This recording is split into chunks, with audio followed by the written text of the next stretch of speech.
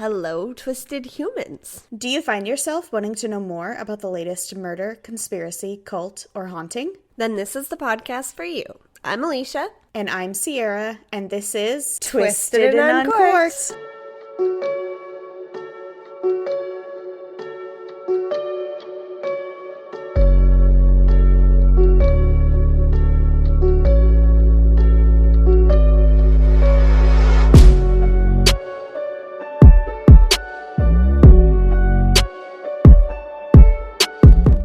Okay, so my fun fact is today, just because of today, earlier today, something happened that actually took place with a gentleman by the name of William Shatner. Everybody knows him as Captain Kirk. But did you guys know, did you guys know that the original Michael Myers mask was a death mask molded of Mr. Shatner? What? Yeah, yes. If you go back to the original, I thought it was Elton John. Somebody told me it was Elton John. No, it's I actually got some lying motherfuckers over at my job. William Shatner. The reason why, and John Carpenter is the one who found the mask and teased the hair, painted it white, and gave it to the actor who played Michael Myers for the first two Halloween episodes because they were so poor. I don't know if you guys know the backstory of Halloween, but oh yeah, I do. A lot of the areas and a lot of the homes were torn down. Actually, one was caught on fire. Well, the movie itself was actually filmed in San Bernardino. It wasn't even in Chicago or in Illinois. Haddonfield. It was filmed in San Bernardino in the springtime, and all the leaves that you see on the ground, they were cut out leaves and spray painted brown and orange and all those fall colors to make it look like it was fall. I just started watching it the other day, and I'm looking around, I'm like, there's so many green trees right now. It's not even fall time. No, and I don't know if you guys know, San Bernardino is desert. Yes. It's actually east of Los Angeles, heading toward Arizona. So San Bernardino is a lot of desert. But the other part of the fun fact, Mr. Shatner's mask was also in a movie prior to Halloween called The Devil's Reign, which starred William Shatner. That's a good fun fact. I didn't know that. Just thought I'd throw that out to you. So then here's my fun fact for you, sir. Don't choke. And everyone, did you know that in the early 1900s that people believed, born yet. No, I don't think any of us were. People believed that smoking cigarettes turned you into a homicidal maniac. I'd still think they do. I'm sure they do. I think they do also. The belief was so common that, quote, cigarette fiend became a valid defense for murder, and the term often accompanied an insanity plea. Kind of like a Twinkie defense. What? The Twinkie defense. You never heard of that? Oh, no. It's another fun fact. I'll get into it later. But anyway. Yes, no, I did not. Anybody hell, your mom's a smoker, yes, and it drives me crazy, the fact that she smokes. So yeah, I can see that though. I people who smoke driving me crazy, of course, she drives me crazy. No, yeah, that too. But where I work, and where I work, people, that's all they ask for. I just want a cigarette. Excuse me. I just want a cigarette. Well, unfortunately, you can't have one, and they just start going crazy. Actually, you know what? That place in particular is very, very cool for that because of somebody you and I both know in particular who had a open heart surgery procedure there a few years ago, not myself.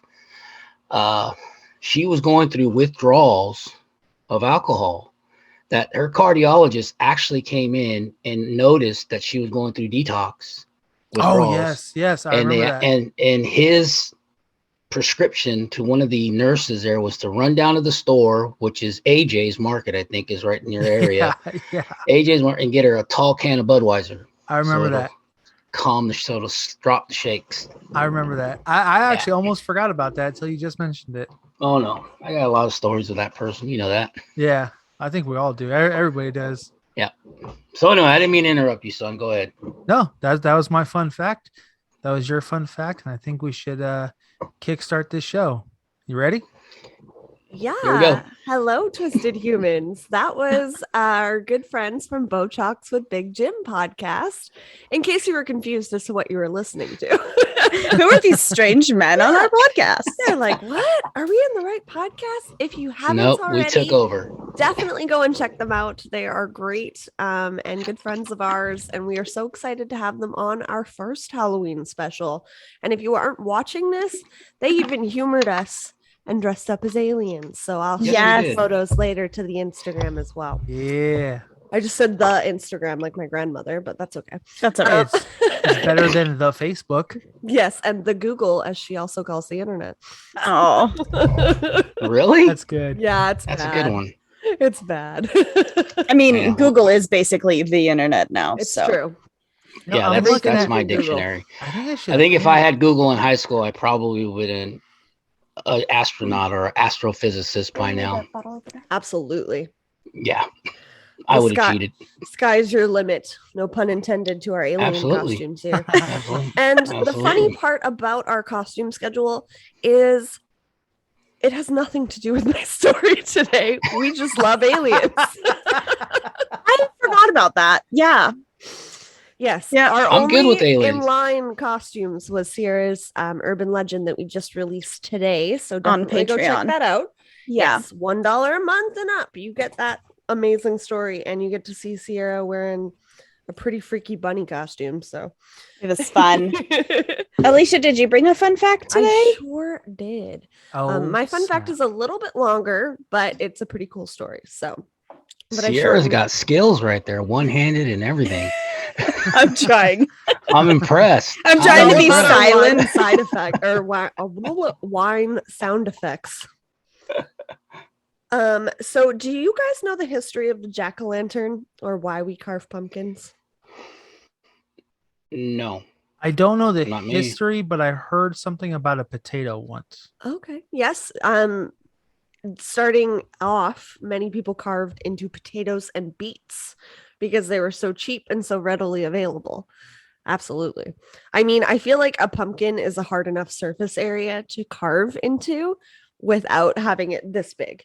So whoever was carving into pumpkin or potatoes back then, kudos. Yeah, for real. I used to have a Yeah. potato launcher. What? Yeah, And air okay, with so air. so there was Why are you the I coolest gotta admit, person hang I on. know? The potato launcher was not mine. Let me correct myself. My friend had a potato launcher. I had a potato gun, and it's like a little pistol, like a little toy pistol, and you would like poke at the potato, like potato gun, and you'd like stab it right first, and then a little chunk of potato would get lodged in there, and then you shoot it out. It was so much fun. I'm sorry to Good. So interrupt. I just you're had not to talk about shooting my whole potato gun. potatoes at people. No, the potato launcher we did not at people, never at people. I don't know what you Not were even doing. the gun. Oh my god! Then you guys have you guys had definitely morals. I would have shot every little kid walking by.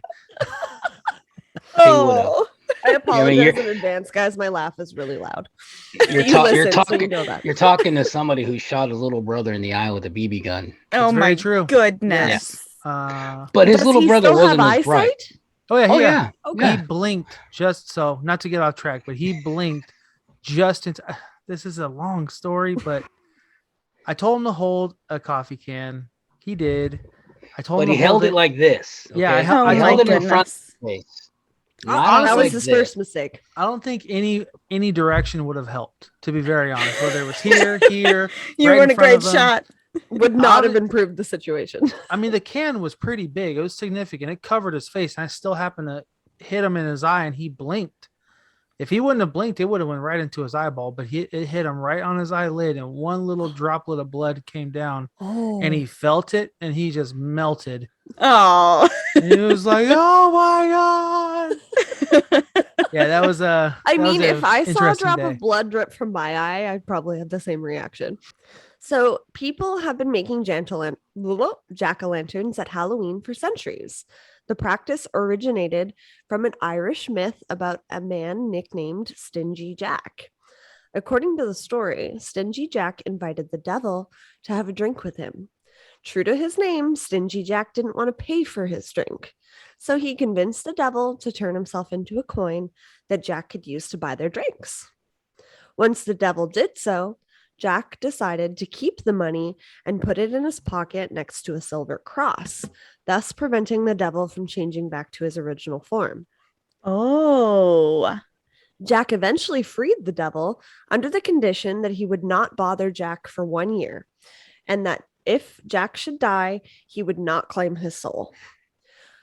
The next year, Jack again tricked the devil into climbing into a tree to pick a piece of fruit. While he was up in the tree, Jack carved the sign of a cross into the tree's bark so that the devil could not come down until he promised Jack not to bother him for 10 more years. This devil ain't real bright. I know, right? He should know. Any man named Stingy Jack is no good. Yeah. Yeah, this he's the got real something devil? up his sleeve. Soon after, Jack died. As the legend goes, God would not allow such an unsavory figure into heaven. The devil, upset by the trick Jack had played on him and keeping his word not to claim his soul, would not allow Jack into hell. Thus, he was stuck in between worlds. He sent Jack off into the dark night with only a burning coal to light his way. Jack put the coal into a carved out turnip and has been roaming the earth ever since. The Irish begin to refer to this ghostly figure as Jack of the Lantern and then simply Jack-o'-lantern. In Ireland and Scotland, people began to make their own versions of Jack's lanterns by carving scary faces into turnips, potatoes, or beets and placing them in the windows near doors to frighten away Stingy Jack and other wandering evil spirits. Makes sense. So that's Interesting. what you get for being a dick, though. You get stuck in between worlds and forced to wander for eternity. It's kind of like Groundhog Day on repeat, or Yes, what was it? exactly. Happy Birthday to Me. Yes, exactly. I don't know. Was it worth your free drink and your Sounds fruit? a little bit worth it, honestly. For right? fruit and a free drink? I mean, think- you're tricking the devil. You never go to hell. That's That's not a going to win. hell is great. Who's in heaven? That's Really? I love that. Before we get into our story, though, Sierra, do you have a fun fact for us? I did. So I don't know if you noticed in the video, you might have. While the guys were telling their fun You were facts, I reading was your murder book. flipping through my books. Yeah, I have all these different mysterious, unexplained things books, and I saw an interesting fun fact in there the other day, and I wanted to pull it up just so I could, say it correctly, and I couldn't find it now, but I remember what it said. So my fun fact is that before medicine, bee stings used to help cure the pain of arthritis. No. So when people were feeling the pain of arthritis, they used to put honey on themselves and let the bees out. And that was supposed to soothe you. And obviously What about now with people modern that are medicine, allergic to bees? Well, it's a they'll find out. Am I shit out of luck? Is that what you're saying? And then now, of course, with modern medicine, they can just extract the venom in the stings to, help you with your arthritis pain. Wow. And So that they great. still actually do that. I mean, there are people who go to these naturalists, I guess is what they're called. Yeah. Mhm. And they will place a bee and they will sting him on either a joint Mhm. or a muscle pain or lower back, anything like that. And it's supposed to be Very healing. soothing. I've heard. I Yeah. just met Crazy. somebody fairly recently that actually had to do that. She has what they call end of life bees. So they're Why nearing that? the end of their life because when a bee stings Oh, you, okay. The it end of their dies. life. yes. Oh, my okay. God. No. Yeah. No. What? No. The bees are at the end of their life, so they purposely sting her to cure whatever is happening, and it's extreme Crazy. pain in her spine. I don't know what it is. I Would it be- briefly heard her talk about it, and I was horrified. Would I it be felt bad possi- for the bees, but I Would it- guess if they're helping and they're right before they die, I guess that's fine. Would it be possible to change my fun fact? Because I just remembered one that I told Absolutely. you. Oh, Dad. just bring it on. Yeah, All the fun facts. Okay, fun Thanks. fact. Have you heard the expression, "You're blowing smoke up my ass"? Yes. Yeah. No. Oh my God. I've done this one before. I don't like this one.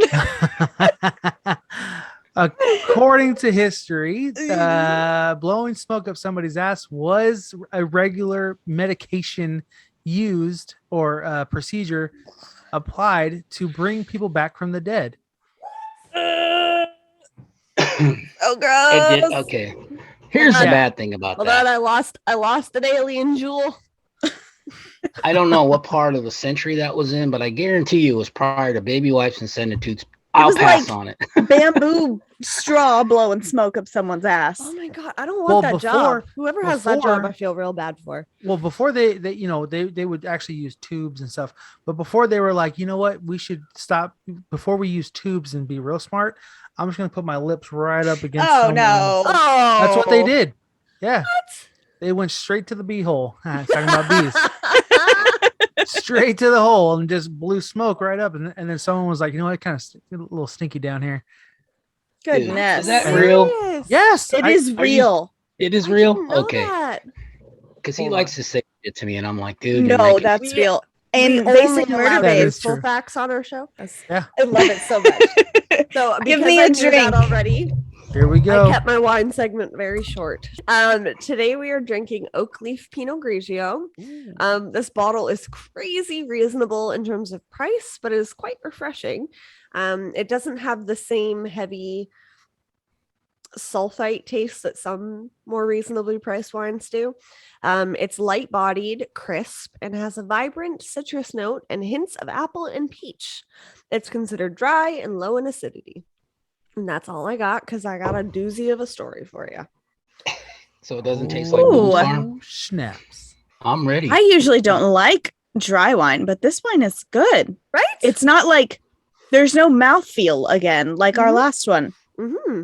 I like two it. for two so I far. paid $3 for this bottle of wine. Oh, that's a $3. steal. I I know. paid 10, but alcohol is way more expensive in Canada. Canada's weird. How dare they? How dare they? Hey, Okay, guys. So, have you heard of the Texarcana Moonlight Murders? Yes. Texarcana Moonlight Murders. I love it. I don't Well, believe I I have. have a Now I Sorry. do you have a understand feeling my we're clues, never do you, going to Sierra? put one over on Sierra. Sierra's going to know it all. I'm sorry. We were worried That's all about right. covering the That's same all right. thing for our Halloween special, so I was giving her little clues. I was like, Yeah. it happened a really long time ago. It happened in between cities. A movie is based on it. She's like, okay, I don't think we're covering the same thing. So, this string of murders was called the Texarcana Moonlight Murders because, of course, it happened in Texarkana. This town is called that because it's on the junction. It's at the junction of Interstate 30, U.S. highways 59, 67, 71, and 82. In an extreme northeastern Texas on the That's a Texas lot. Arkansas border. It's a lot of roads. Yes. It was named Yeah. for this location because it's on the state line between Bowie County, Texas, Miller County, Arkansas, and only a short distance above the Louisiana border. So, So it's Texarkana. like that Floribama states. shore thing. Yeah. Exactly. But three. Okay, three. Damn. Texarkana. Well, I bet you they Excellent. got some great ass fried food there. I For know. barbecue. Yes. Ugh. Yeah. biscuits and gravy. Guys, no, come we on. don't. I'm not in the US anymore.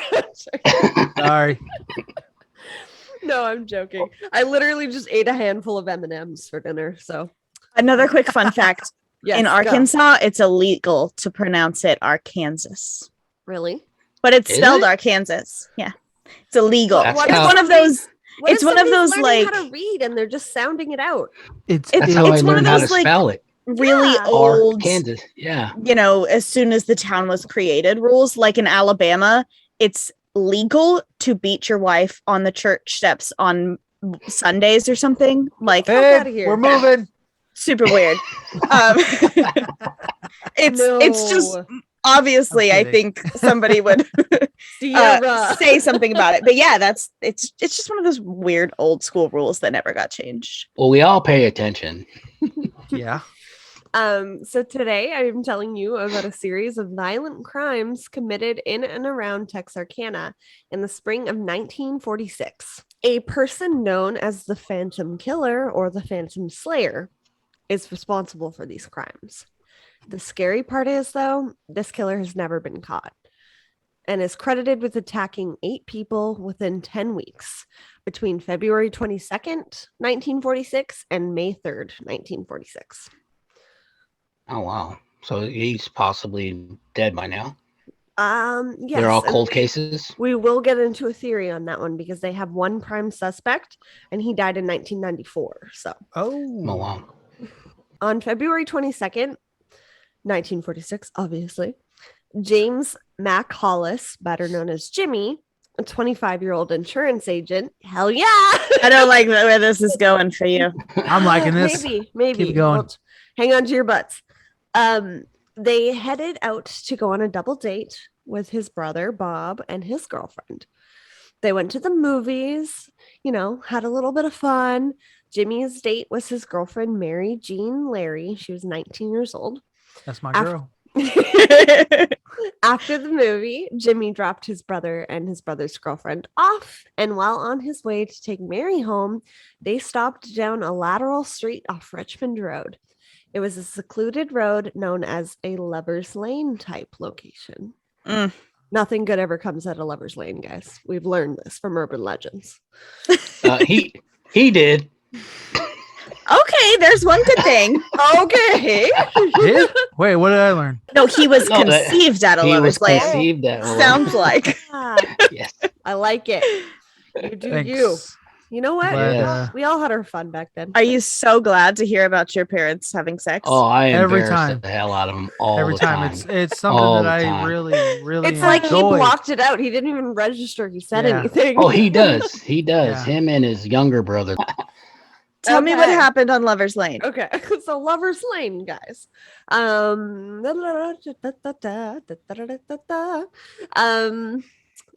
Around 10 minutes later, after arriving at 11:55 p.m., a man wearing a white cloth mask, which resembled a pillowcase or a burlap sack with holes cut out, appeared at Jimmy's driver's side door. He shone a flashlight in the window, and unsure of whether or not it was a prank, Jimmy told him that he probably had the wrong person. To which the man responded, quote, "I don't want to kill you, fellow, so do what I say," end quote. The couple were ordered Jimmy, out of get the out of there. driver's side door, and the man ordered Jimmy to, quote, "take off his pants." I will Don't know why. not, sir. I Don't will know not. why. Strange. And this becomes a particular MO for the Phantom Killer. I'm not sure why he needed everybody's pants off, but Can it I comes just back. say, I've heard this story. I love this story. I mean, I don't love the deaths, but it's a very cool story. mysterious. Every time you say Phantom Killer, the only thing I think of is Danny Phantom. So just wanted to get that off my chest. The first thing that came to my mind when you were talking, this is why I'm laughing. I don't know if you can see it or not, but I'm laughing hysterically. Yes, you guys are right because- here. Because you said it's a pillowcase with holes out with the eyes. First thing I thought of was Django Unchained. Yes. Man, who the fuck put these together? I can't see shit out of these things, man. It was Steve's wife. Well, shit, have her do better next time. I can't see anything. Occasionally your face disappears too, and that's really funny. Oh, good. Oh, I love it. Maybe I'm the Phantom. Yeah, there you go. You never know. Okay, Jimmy, you were the first victim, but Yeah. yeah, so take off your pants. I'm not sure why. Jimmy complied, and the phantom intruder struck him in the head twice with a pistol or a metal object. They're still not sure to this day. Pistol whipped. Yes, pistol whipped, but it could have been a metal object. It might not have been a gun necessarily. Mary later told investigators that the noise was so loud that she actually thought that Jimmy had been shot. So the sound of his skull fracturing was so loud. Oh. Ew. He had suffered 3 skull fractures as a result. Lead pipe. Had to be a lead pipe. Yeah, that's Yeah. my theory still, but yeah. Thinking the masked man wanted to rob them, Mary frantically ran out of the car, showed Jimmy's wallet and her purse to prove that they had no money, after which she was also struck with a blunt object.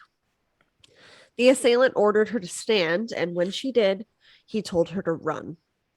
Initially, she tried to flee in one direction, but he ordered her to run in a different direction, which is also weird. So she began running up the road as fast as she could. Hey, don't run that way, goddammit. Run the other way. Yeah, She had to run uphill? Yeah. Oh, fuck that.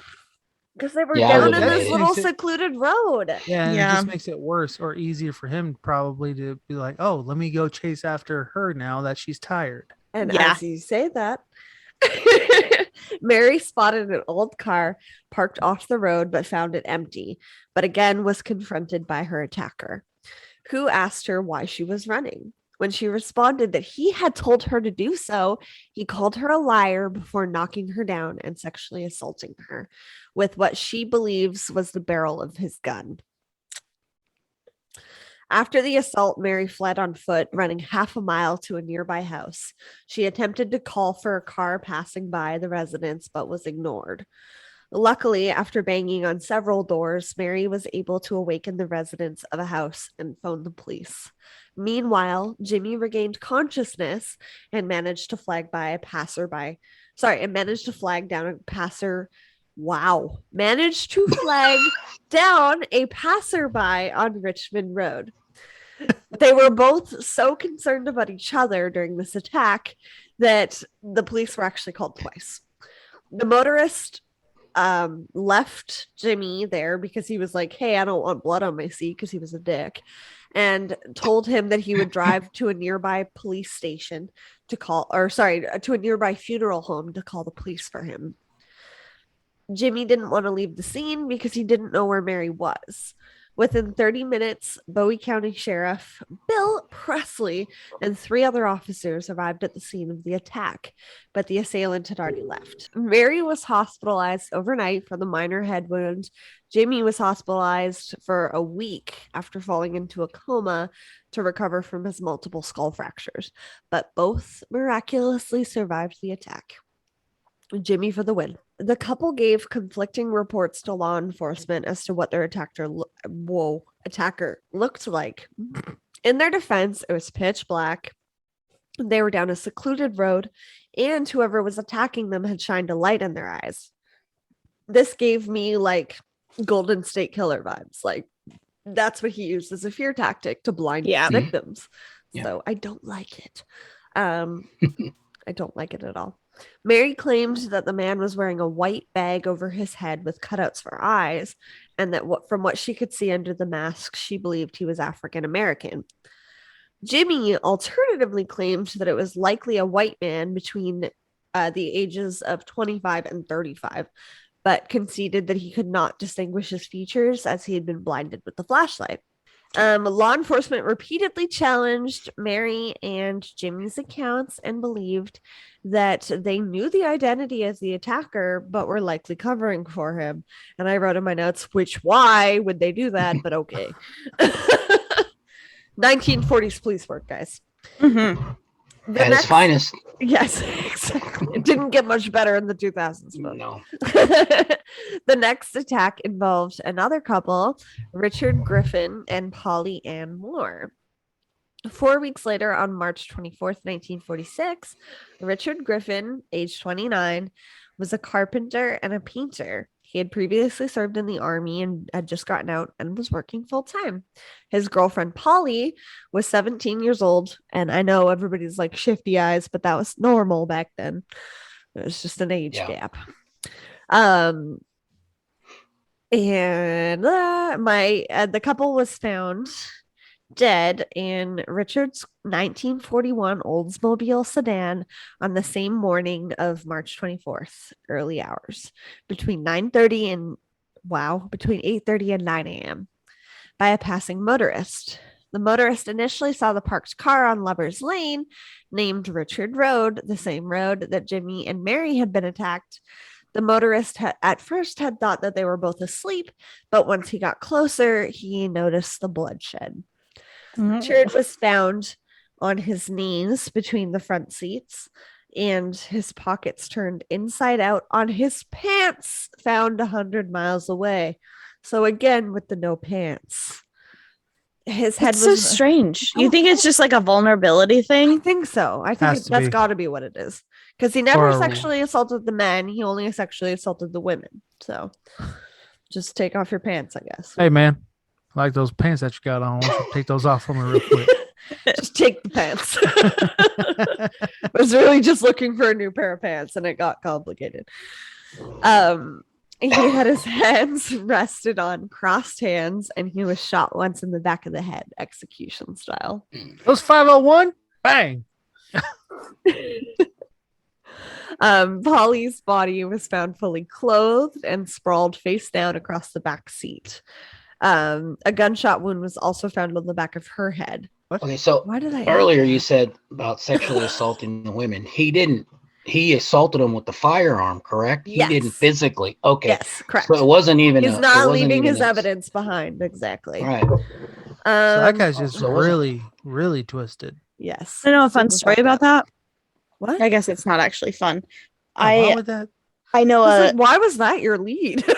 I know a girl who from high school who was a character who used to touch herself with her boyfriend's gun inside of her Why? because she thought it was cool. I don't That's know. not cool. It seems like a way to accidentally kill yourself. Well, I don't think it was loaded, but Still. still, Oh, maybe. yeah. You never don't know. that. Just another fun fact: as a firearm owner, the pH balance in a woman's vagina could tarnish the finish of a Yes, firearm. right? So, That would be my concern. Chill with that, okay? Not accidentally shooting yourself, but ruining the finish on your gun. hey, Well, guns I are mean- cheap. Yeah. You know if you unloaded it, you know. I mean, if you're smart, Yeah, you do. That's But If if you're they're, smart. if they're a sadist, she might like the rush of it being loaded Gross. Oh, with a clip and probably one in the chamber. Oh no, don't do that. Mhm. Oh no. I hear what you're saying. I wouldn't, but there are kinky things out there. My like body, my lower half is trying to escape the situation. It's trying to run in the other direction right now. Damn, no.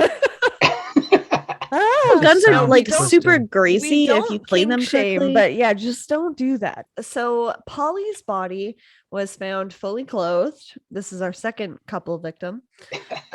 Sprawled face hour down across later. the back seat. Yeah, I was like, wait, there's a body now? Okay. What? when the fuck did that happen? So similar to the last murder, he kind of staged her a little bit in the back seat because evidence found that she had actually been killed on a blanket outside of the car, which suggests that the two were maybe looking at the stars, like her and Richard, before they were attacked. Hmm. And Okay. because of the large patch of blood on the ground. Just Um, realized how we got on the tangent. It was the gun. Continue. Holy Oh, that's shit. right, huh? You know those things in high school where it's like an explosion in your brain where you like Yeah. one word and you branch to a bunch of things that it makes you think of? I love it. I love Way it. to so go, much. Dad. We do Sorry. monthly bitch and wine segments. I'm on an Patreon, instigator. and It's that's what fine. it is.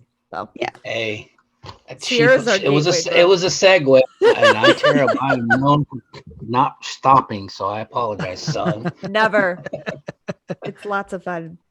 So obviously, because of where she'd been killed, she was stage 2.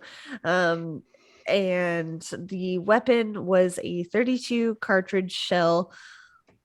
Or sorry, there was only one piece of evidence left at the scene. It was a 32 cartridge shell, and it possibly was shot from a Colt pistol wrapped in a blanket to muffle the noise because nobody reported hearing anything. Interesting. By now, the town felt very afraid. This was the second couple that was attacked on Lover's Lane. The next attack, the attack of Mary and Jimmy had not been a one-off robbery gone wrong, but they had miraculously escaped the hands of a vicious killer. By March 27th, local police had interviewed around 50 to 60 witnesses, producing no leads. By March 30th, police had posted a $500 reward in effort to gain any information that would lead to the killer of Richard and Polly. However, rewards yielded no fruitful clues or suspects as well, instead producing over 100 false leads and wasting police resources.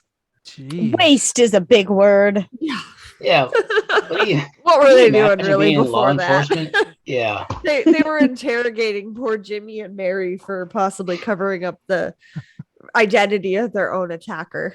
Yeah. Did I mention to you two, the men here, when I was in the military, I was military police. So Ah. that's lots of fun Another badass. for me. Yeah.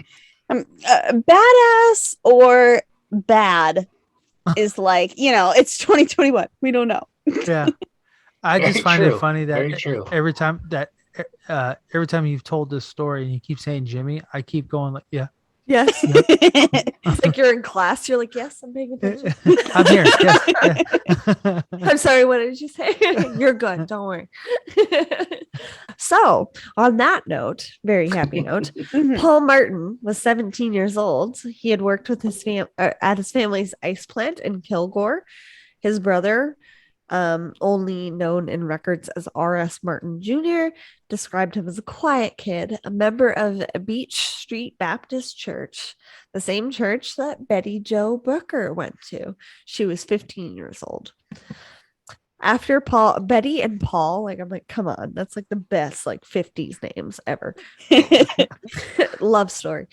After Paul completed the 9th grade at Arkansas Junior High before going to school, he went to school in Kilgore, a few towns away, so that he could be closer to his friend, because that's all they're described as, but they were probably dating, Betty. On Friday, April 12th, Paul drove to Texarcana from Kilgore, and that night he stayed with a friend of his, Tom Alberton.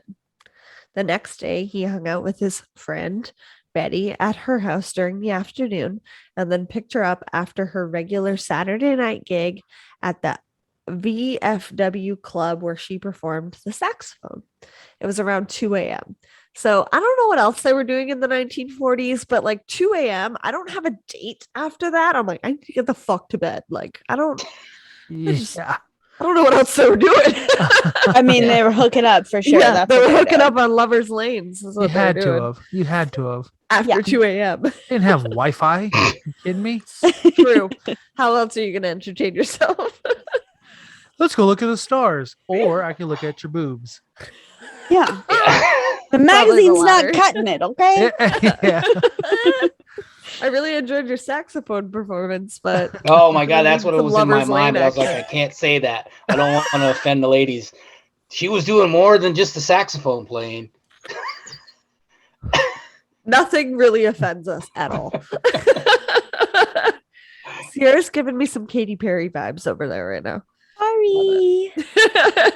Katy Perry, aka John Benet Ramsey. Have you guys heard that conspiracy? Question Don't mark. Anyway. don't start. Yeah. Don't. Yeah. You're gonna have us go down another hole. Paul was found laying dead a few hours later, approximately 4 hours. So they went on their date at 4 a.m. So around 6 to 6:30 a.m. A family that was out for, a walk, as you do at 6 a.m. His body was found left on the side of the north side of North Park Road, 1.5 miles from his car. He had been shot 4 times in the chest and once through the nose. Final shot was through his hand, which had indicated that he had attempted to shield himself Block from it, which is Oh. always really heartbreaking to me. Blood had been found further down the road on the side of a fence, but there was no sign of Betty anywhere. Her body was not found until approximately 6 hours later, and she was found 3 kilometers or 1.6 miles away from Paul's body. She was propped up against a tree with her hand in her coat pocket. So again, he's staging the women. Ugh. I couldn't find anywhere if Paul was found without pants or not, though. So that's one inconsistency I couldn't find. She was found by another family member who had joined in on the search party. Her body was lying on its back, fully clothed, like I said, with the hand in the coat pocket. Betty had been shot twice, once through the chest and once through the face, which is like always the God. worst. Yeah. Why through the face? The Don't- weapon was the same as had been used in the first double murder, as well as the gunshot that had likely killed Paul, a 32 automatic Colt pistol. Jeez. Authorities weren't sure who was shot first between the two, but Sheriff Presley and the Texas Ranger Captain Manuel Gonzalez said that the examination of the bodies indicated that they had both put up a terrific struggle. Rumors circulated throughout the area, with one rumor suggesting that a local minister had turned in his own son as a suspect in the Martin Brooker murders, so Paula and Betty. On April 18th, Captain Gonzalez issued a statement to the public during a press conference verifying that the murderer had not been caught and that the rumors circulating amongst the public and in the newspapers were causing a hindrance to the investigation and it was harmful to innocent persons while the killer was still out there. Which is like, it's true. Don't fucking just... Did they ever think that maybe one murderer was different than like there was a copycat?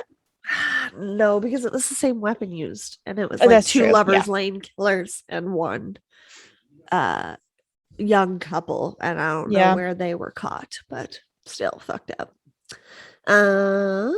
On Friday, May 3rd, sometime before 9 p.m., Virgil Starks, age 37, a farmer and a welder, was a modest man living with his wife in a ranch-style home on a 500-acre farm off of Highway 67, almost 10 miles northeast from Texarcana.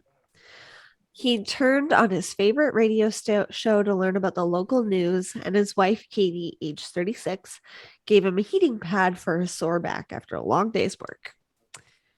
He sat in his armchair in a sitting room, which was just off the kitchen and the bedroom. While Katie was in the bedroom lying on her bed in her nightgown, she said that she had heard something in the backyard. She called for Virgil to turn down the radio, and seconds later, she heard the sound of shattering glass. Virgil was sitting in his armchair when 2 shots were fired into the back of his head from the closed double window 3 feet away. Katie, Remembering like that. I said, didn't hear the gunshots, but she heard the glass shattering. She thought that Virgil had dropped something, and she went to see what happened. As she entered the doorway into the living room, she saw Virgil slumped down. She ran over to help, but when she realized he was dead, she soon realized that she was in danger. She rang the wall crank phone, because it's the 1940s, 2 times Yeah. before being shot twice in the face from the same No. window. One bullet. Ugh. Oh, this gets rough, guys. Hold on to your face. One bullet entered her right cheek and exited behind her left ear.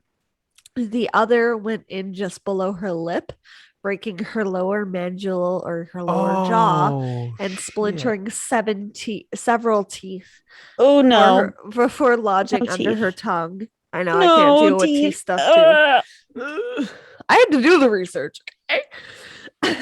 She dropped thank to you. her knees and realized that the killer was likely, waiting to see if she was still alive. So she played dead for several minutes, hoping that he would just leave. She heard the killer tearing through the loose, rusted screen wire on the back porch and thought that she was going to be killed. So she stumbled towards her bedroom near the front of the house to leave a note for her kids. Meanwhile, the Jeez. killer ran towards the back of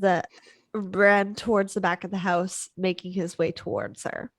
She heard him coming through the kitchen, and she turned around and ran through the dining room, through the bedroom, down the hallway, through another bedroom, and then out the door, leaving behind a virtual river of blood and Damn. teeth throughout the house as she ran. No, you didn't have to add the word. You know what? teeth. There's teeth, Ugh. okay? No. Hey, it's in the article. You have to mention it. Exactly. It's important. This don't woman like is a it. bad bitch, okay? She needs credit. Yeah, I will give you that. You're absolutely right. Barefoot and still in her blood-soaked nightgown, she ran across the street to her brother and sister-in-law's home. Because no one was home, she ended up having to run another 50 yards to the next neighbor's house, A.V. Prater. He answered for her call for help, and she gasped, quote, "Virgil's dead," before collapsing at the door. And he and a few neighbors rushed her to the hospital. She luckily did make a full recovery. And then I wrote in my notes, bad bitch alert. Very true. All the murders were, everybody who was killed was shot in the head. So did they put that in as a pattern, or did they even, I I know don't think they even clued into profiling that. profiling wasn't anything back then. Yeah. But right. So I mean, would you notice that as a pattern right now? Absolutely. Today? Yeah, Of course, yeah. Anyone who, Like I said, he's staging the women. He's telling Yeah. the guys to take off his pants. The town went bananas by this point, which is like they should have like a while ago, 3 murders before. Yeah. But that's okay. a fourth one. Yeah, it's crazy. 5 people are dead. What? Should have been paying attention to this Lover's Lane bullshit. The Texas Rangers and neighboring police departments patrolled the streets at night. People were buying guard dogs and guns. They boarded up their windows and invested in additional locking mechanisms. There was curfews placed on businesses all over town that dubbed them the town that feared sundown. 3 clues were left at the scene at the That's a movie. yeah. Oh, remember in the beginning when she said there's a movie about this? Oh Might be- yeah. it might just be that one. Don't take my thunder, Jim. Well, and then you were also, I mean, does this also follow or is it part of the Strangers trilogy? No, the but whole- it does have influence to that. Yeah, okay. Because Does that's have what I pop thought culture initially. influence, for sure. That's what I thought initially. That movie's so Many good. believe that the urban legend of the couple that's attacked at Lover's Lane and hears scratches on their door comes from this as well. So the amount of influence of all of this is crazy, which is why I chose it. Because even though some people may have heard of it, it's fucking wild and it's very Halloween-y.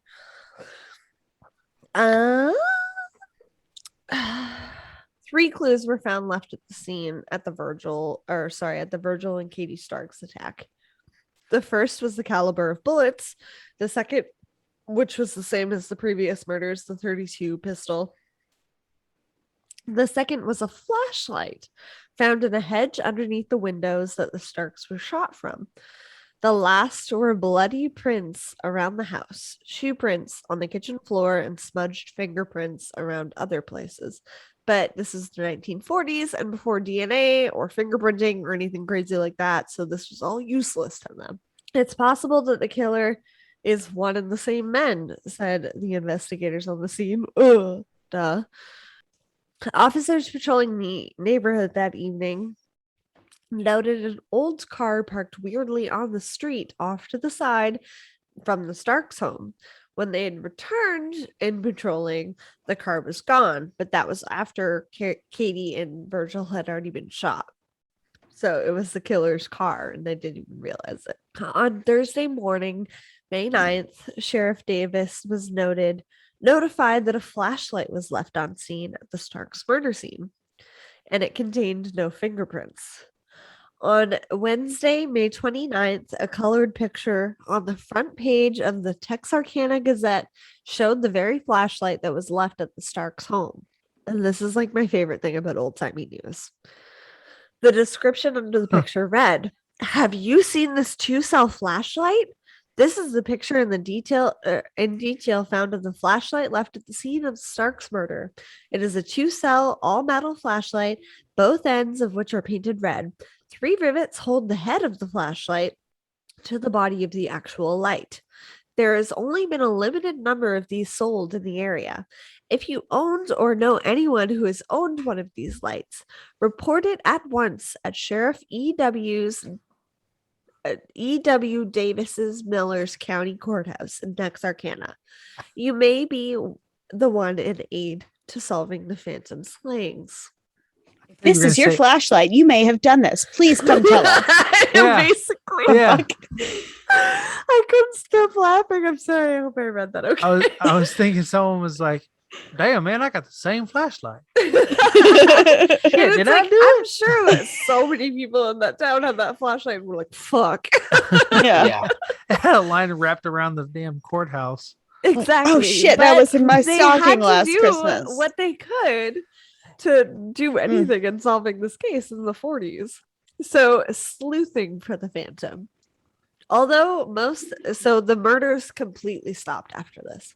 Although most of the town was in fear of the Phantom, some kids continued parking down deserted roads or Lover's Lane locations, hoping to apprehend the perpetrator for themselves.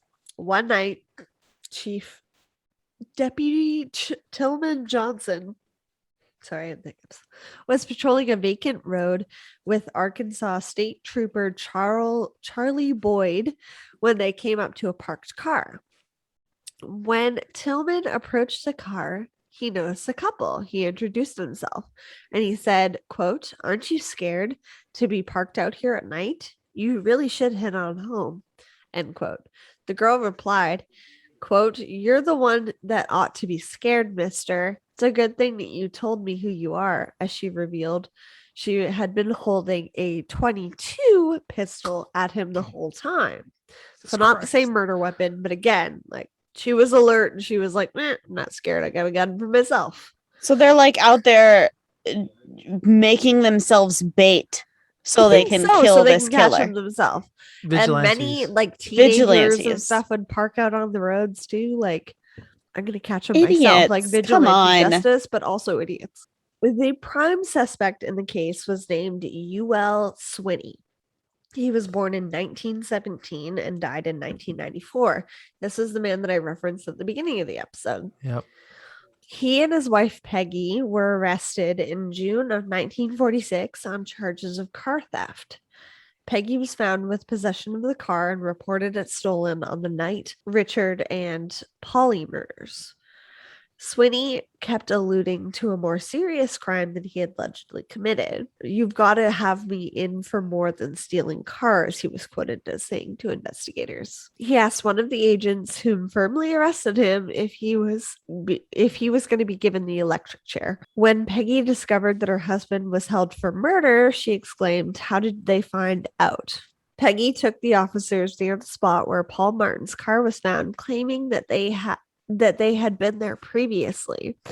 The officers found a woman's heel print in that area, but they never disclosed it to the public. And this could have been Peggy. Both Peggy's family and Yule's brother-in-law believed that he was the Phantom.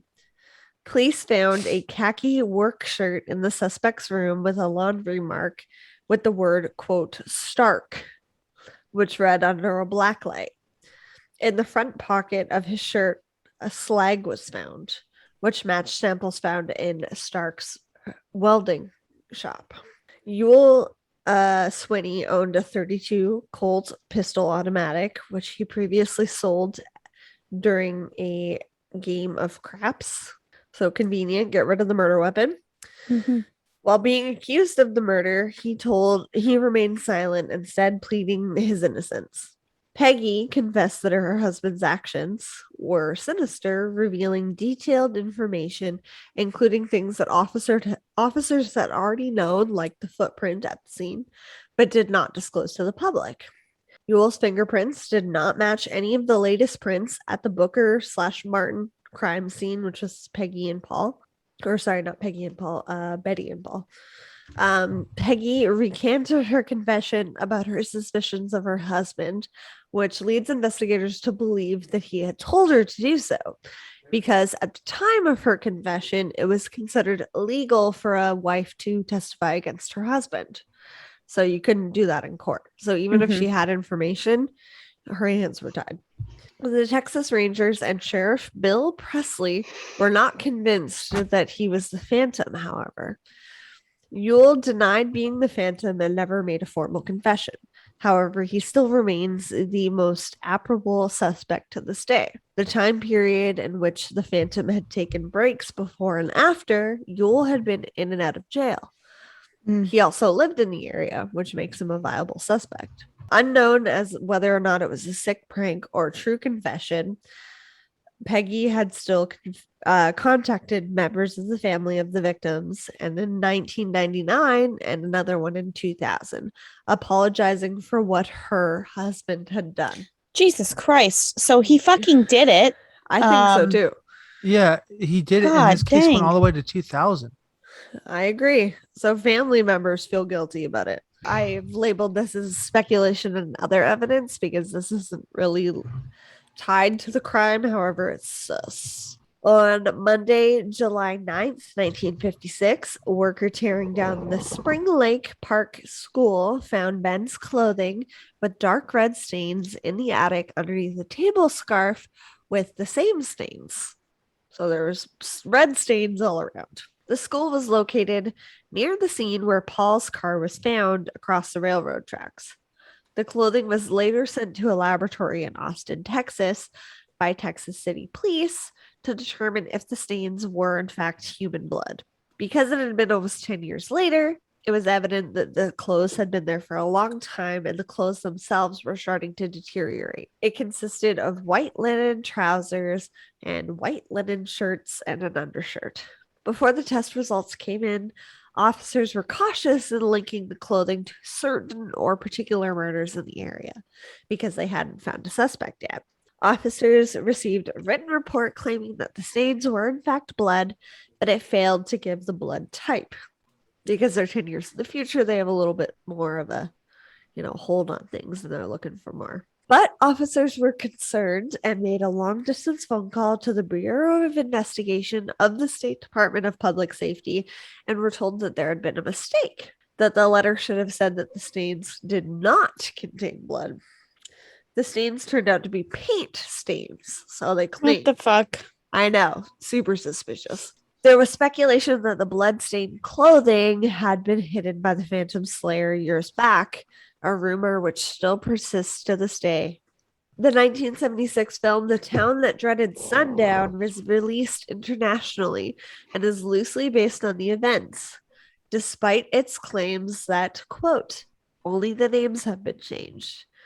Because the movie claimed that, quote, the story you're about to see is true, where it happened and how it happened, end quote. The fabricated parts of the story created such a myth and folklore around murders for several decades. The 1976 film spawned a retelling in 2014. Wow. So it's true. Even the scene, I don't know if you guys have seen the 1976 film, but Definitely not. The murder of Betty, the 15-year-old, where she was slumped against the tree, they changed her instrument from a saxophone to a trumpet, and they showed the murderer putting a knife in the trumpet and stabbing her each time it played a note. Like, it was very hokey. So the fact that they're saying like it wasn't like everything was changed, nothing was changed except for the names is a little bit of a stretch.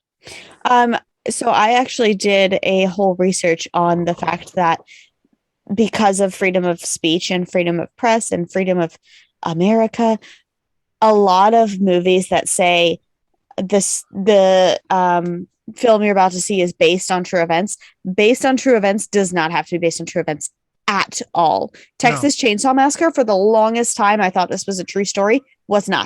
It was not a true story, but they advertised it as a true story. But she won't watch it because she's afraid of chainsaws. Yeah, I don't like chainsaws. Really? Yeah. I love you. I had to say it because I just learned it yesterday. Yeah. It spawned 2 movies. They said that it wasn't real, even though obviously it was real. Yeah. And someone killed, but it was factual that they killed him, or something with the saxophone, though, right? Yes. She had her saxophone with her, and it was like propped against the tree when she was found dead. But the fact that she was killed with it is a little bit of a stretch. Like, they said that it's based on true events, but they made it totally hokey, ending with the actual killer standing in line to watch the movie. So very on brand. Oh, wow. Yeah. So it was a total cinematic adventure. But to this day, in Texarcana, for every October near Halloween, the movie The Town That Dreaded Sundown is played as a feature for the Movies in the Park or at the Southwest Center in Texarkana. It's a free event and it's sponsored by the Department of Parks and Recreation. It shows this movie has been a tradition since 2013. It still continues to this day. As Okay. someone, And my screen reference is that Cindy says, "Wasn't that the town that feared sundown?" And Dewey's like, "Yeah, something in Texas or whatever." as someone who has an outdoor recreation degree, I would totally host a free movie night Right, of a in the true park. crime case. That sounds awesome. So I would go. epic. I would go. So my sources for this are history.com, criminalmindsfandom.com, and the book The Phantom Killer by James Presley.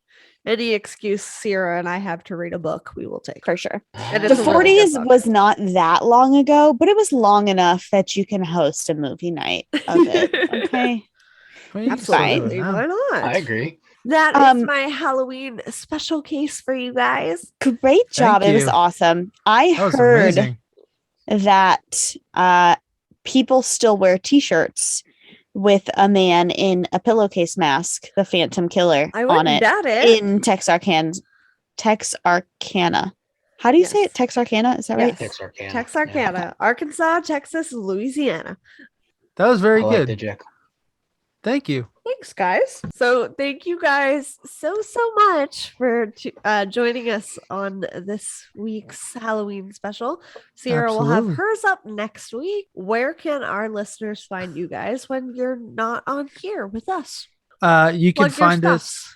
You can find us if you head over to flow.page/btwbj. All of our links are there, but we are on YouTube, Instagram, TikTok, Twitter. I know I'm missing one. Facebook. We just I just figured out how to create a Facebook page, so that has been created. Don't let it get hacked, okay? If we've learned anything. Yeah, exactly. I run the Instagram account. Big Jim, my dad, runs the Twitter account, so you can interact with us both there. But again, head over to flow.page/btwbj. And here's one important. If you're going to watch us on YouTube, you're going to have to spell BoTalks as one word. Yes. No BOTLKS. No, Or because underscore. you'll actually go to a music video and then you'll go to somebody else that had something with Botox. Oh gosh. Yeah. The Totally injection. different Yeah. meaning. Yeah. Absolutely. Totally different meaning than what the boners are looking for. Well, thank you, ladies. We so like much. honesty. Yes. Thank you guys so much for coming on the show. Of course. And as always, check out our Patreon, all of our social medias. Definitely go follow BoTalks with Big Jim anywhere you listen to podcasts. And we will see you guys next week for Sierra's Halloween special. And in the meantime, Keep it twisted. That was fun. Thank you for listening to Twisted and Uncorked Podcast. Remember, if you like the show, to go leave us a 5-star rating and review. We couldn't do it without you guys. Now stay tuned to hear about another cool podcast. Hello, everyone. I'm Carol Ann. And I'm Matt, and we are the hosts of Boozed and Confused.